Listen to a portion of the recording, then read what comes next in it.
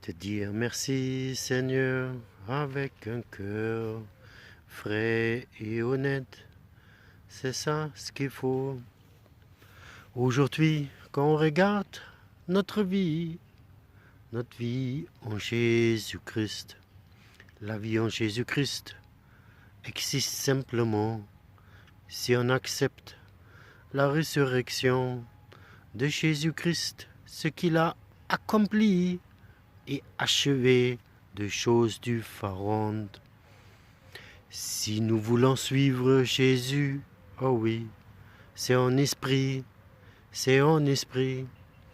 Et si on est né de nouveau, ainsi, en esprit, en esprit, en esprit, nous sommes cette nouvelle race qui n'a jamais existé avant, cette espèce que Dieu a créée, ah oui, et nous sommes déjà remplis de toute bénédiction, ah oui, ah oui.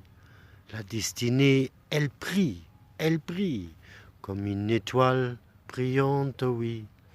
Nous devrons simplement accepter de manger de l'arbre de vie et arrêter de manger de l'arbre de la connaissance du bien et du mal. Frères et sœurs, souvent on se demande, peut-être vous aussi, comment on avance dans le royaume, car nous sommes dans le monde, mais nous ne sommes pas du monde. Et nous sommes nés de nouveau pour un but. Dieu nous a attirés vers lui, il nous a attirés par sa parole pour un but. Alors si notre propre vérité ou la vérité des pays ou des patrons ou des mamans et des papas ne marche pas, on devrait avoir le courage d'aller vers la vérité de la parole de notre Dieu qui est notre papa. Ah oui. Et si on mange cette parole, si on vit cette parole, cette vérité, en tout le cas, Dieu ne ment pas. Il n'a point d'ombre de variation en lui. Il est même hier, aujourd'hui et éternellement.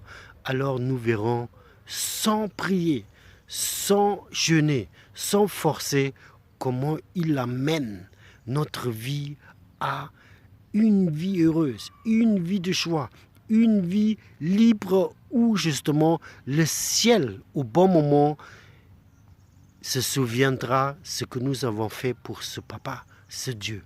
Mais les humains ne vont jamais se souvenir ce que vous avez fait pour eux.